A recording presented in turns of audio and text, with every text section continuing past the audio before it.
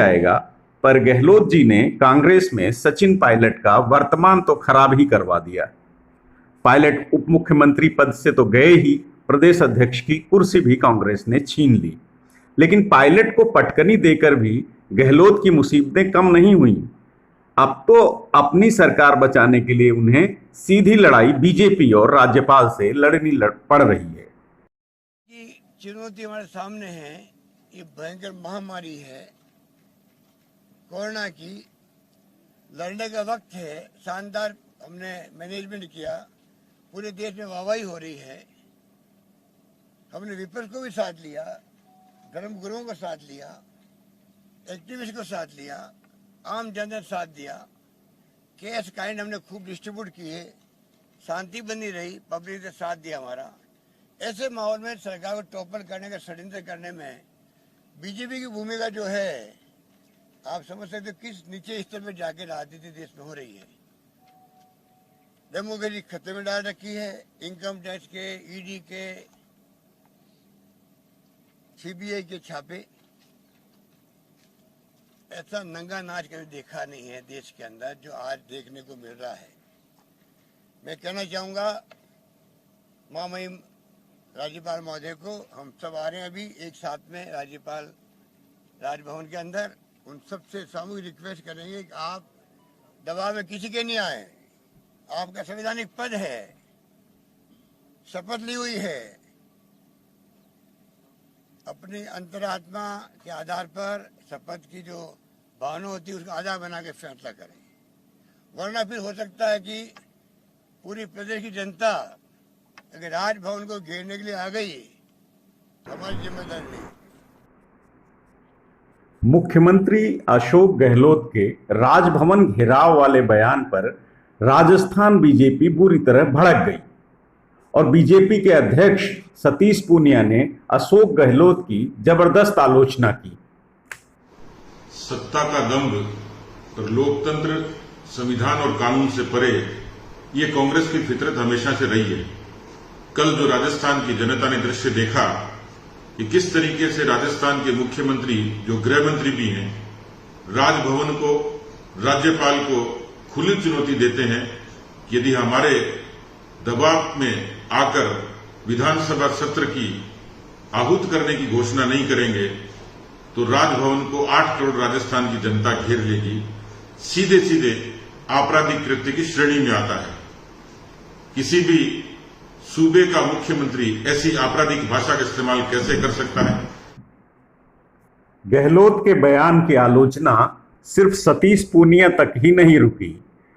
नेता प्रतिपक्ष गुलाब सिंह कटारिया भी इस जंग में कूद पड़े और उन्होंने तो मुख्यमंत्री अशोक गहलोत का इस्तीफा तक मांग लिया। सरकार की इस संवैधानिक पद के प्रति जिस प्रकार का रवैया रहा, इसलिए मैंने कल कहा था कि अब तो राजभवन को और सरकार को भरोसे छोड़ करके बना तो सीआरपी के जुम्मे जो है छोड़ना चाहिए। ये तरीका फिर अंदर भी जाकर के जिस प्रकार से तब तक धरना चलेगा जब तक आप ऑर्डर नहीं करोगे।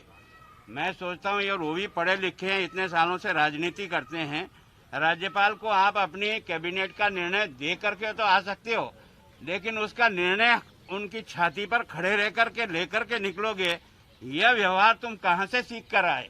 मुख्यमंत्री जी को कहो कि तुम इस राज्य के मुखिया हो और ये कहा कि कानून व्यवस्था बिगड़ेगी, उसकी जिम्मेदारी मेरी नहीं होगी, तो फिर किसकी होगी? कौन जवाब देगा इस बारे में? ये शब्द बोल करके उसने जो अवहेलना की ना, उसे तुरंत त्यागपत्र देना चाहिए। इस प्रकार की भाषा का प्रयोग किया उसने। गहलोत के बयान पर बीजेपी ने सवाल खड़े किए, इस्तीफा मांगा और सियासी तूफान इस कदर खड़ा हुआ कि गहलोत के कई मंत्री उनके बचाव में आ गए। लेकिन बात नहीं बनी।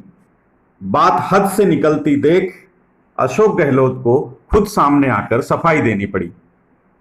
बैरू सिंह शेखावत साहब ने कहा था यहाँ राजस्थान के अंदर 93 के अंदर, अगर बहुमत हमारे पास में है और मुझे नहीं बुलाया गया तो राजभवन का घेराव होगा। ये राजनीतिक भाषा होती है। नंबर 1, जनता को समझाने के लिए, मैसेज देने के लिए, जनता समझती भी है। नंबर 1। नंबर 2, वही बैरू सिंह शेखावत इसी राजभवन के अंदर जैसे आज हम लोग बैठे हैं, उसी रूप में धरने में बैठे थे यहाँ पर कि बीजेपी के नए नए नेता पैदा हुए हैं, इनको अभी सब जानकारी नहीं है, इसलिए कई बार ऐसे कमेंट कर देते हैं। उनको चाहिए कि हम जैसे सीनियर लोगों से बातचीत करें, कुछ ज्ञान प्राप्त। राजस्थान के राज्यपाल कलराज मिश्र की ओर से अशोक गहलोत को कोई संतोषजनक जवाब नहीं मिला तो गहलोत अपने विधायकों को लेकर सीधा राजभवन पहुंच गए और वहां धरना प्रदर्शन करने लगे।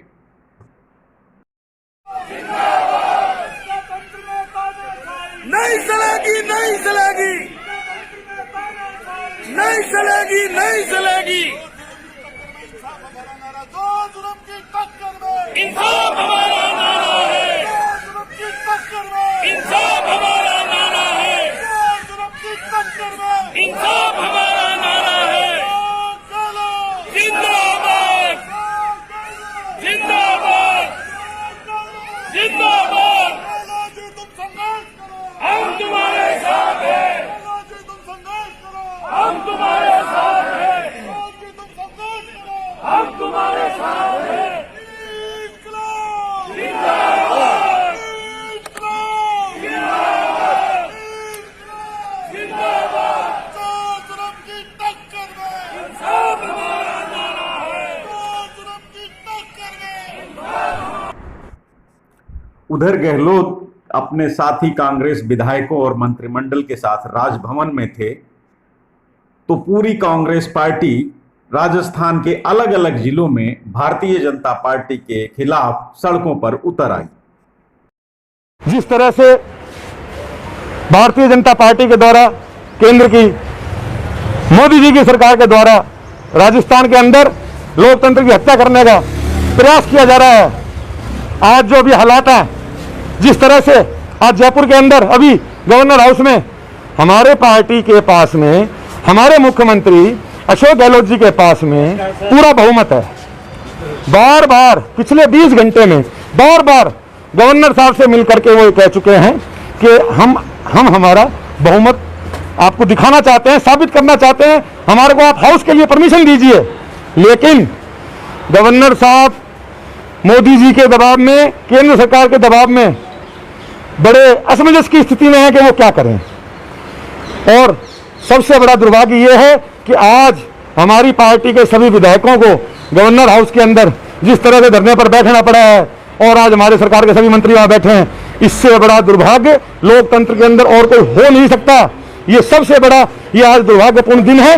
ये राजस्थान के इतिहास में नहीं, पूरे देश के इतिहास के अंदर ये सबसे काला दिन ये लिखा जाएगा।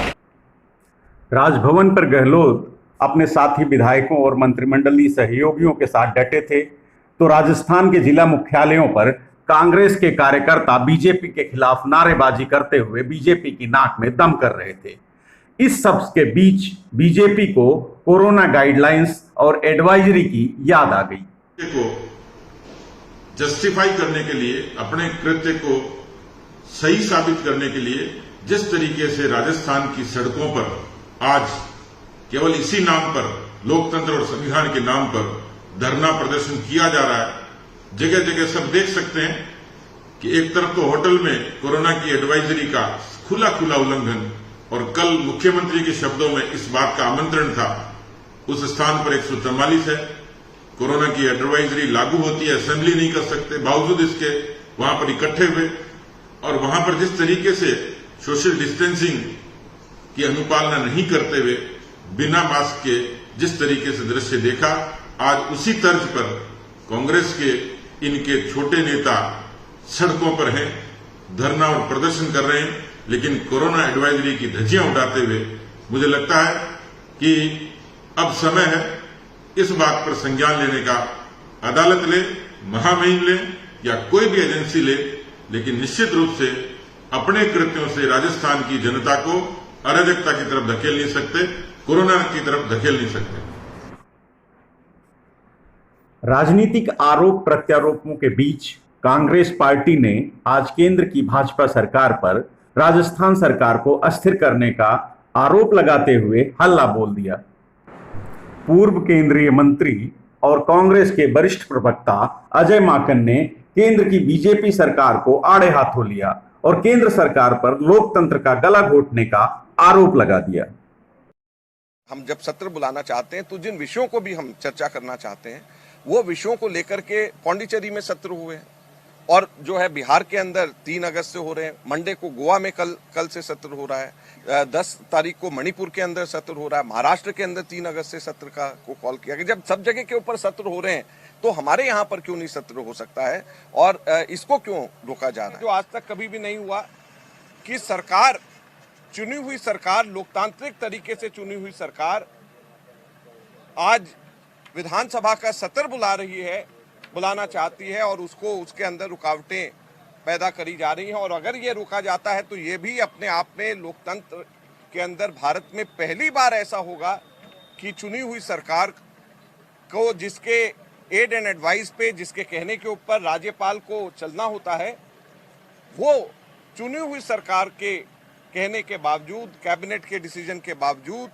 वो अभी तक सत्र नहीं बुला रहे हैं। ये भी आज पहली बार ऐसा हमारे देश के इतिहास में हो रहा है। तो इतना बड़ा एक तरीके से संवैधानिक संकट और लोकतांत्रिक हत्या हमारे यहाँ पर राजस्थान में हो रही है और इसीलिए कांग्रेस पार्टी आज पूरे देश के अंदर स्पीक अप फॉर डेमोक्रेसी की आवाज बुलंद कर रहा है। देशवासियों को हमारा ये आह्वान है कि प्रजातंत्र की रक्षा एवं सुरक्षा के इस यज्ञ में आगे बढ़ करके निर्णायक योगदान दे। यही सबसे बड़ी राष्ट्रभक्ति होगी। एक तरफ हमारा देश जहां कोरोना महामारी से जूझ रहा है, 130 करोड़ देशवासी गंभीर आर्थिक संकट से ग्रस्त हैं, 14 करोड़ से अधिक रोजगार खत्म हो चुके हैं पिछले महीनों के अंदर। ये CMI की रिपोर्ट्स हैं। छोटे बड़े धंधे और व्यवसाय बंद होने के कगार में हैं। चीन हमारे क्षेत्र में कब्जा जमाए बैठा है, परंतु प्रधानमंत्री श्री नरेंद्र मोदी जी कोरोना आर्थिक संकट चीन से लड़ने की बजाय कांग्रेस से लड़ रहे हैं और कांग्रेस की चुनी हुई सरकार, लोकतांत्रिक प्रक्रिया से चुनी हुई सरकार को हटाने का प्रयत्न हो रहा है। वास्तविकता यह है कि मोदी सरकार और भाजपा ने देश के प्रजातंत्र और संविधान पर हमला बोल रखा है। राजस्थान में लोकतांत्रिक प्रक्रिया से चुनी हुई कांग्रेस सरकार गिराने के भाजपाई षड्यंत्र से ये साफ है कि विघटनकारी ताकतें प्रजातंत्र को दिल्ली दरबार की दासी बनाना चाहती हैं तथा लोकतंत्र को अपने हाथ की कठपुतली। बहुमत की सरेआम हत्या हो रही है और जनमत को कुचल भाजपा की काल कोठरी की सलाखों के पीछे डाल दिया गया है। सबसे अधिक चिंता का विषय तो यह है कि संविधान व स्थापित संवैधानिक परंपराओं को बेरहमी से भाजपा द्वारा रौंदा जा रहा है।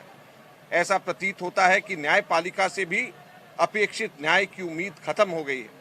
राज्यपाल जैसे संवैधानिक पदों पर बैठे व्यक्ति संविधान की रक्षा करने में असहाय और अक्षम नजर आते हैं। फिलहाल तो पूरे सियासी घमासान के बीच आज गहलोत मंत्रिमंडल की ओर से राज्यपाल को संशोधित प्रस्ताव भेजा गया। सूत्रों की माने तो इस प्रस्ताव में 31 जुलाई से विधानसभा सत्र बुलाने की मांग की गई है। हालांकि कल सुप्रीम कोर्ट में विधानसभा अध्यक्ष की याचिका पर सुनवाई होगी और गहलोत सरकार का भविष्य भी काफी कुछ कोर्ट के फैसले पर निर्भर करेगा। कोर्ट के फैसले से पहले जहां एक ओर सचिन पायलट खेमा खामोश है, तो वहीं दूसरी ओर बीजेपी और कांग्रेस के बीच चल रहे आरोप प्रत्यारोपों का सियासी घमासान जारी है। जयपुर ब्यूरो और दिल्ली से इंद्र प्रकाश, जनवक्ता न्यूज।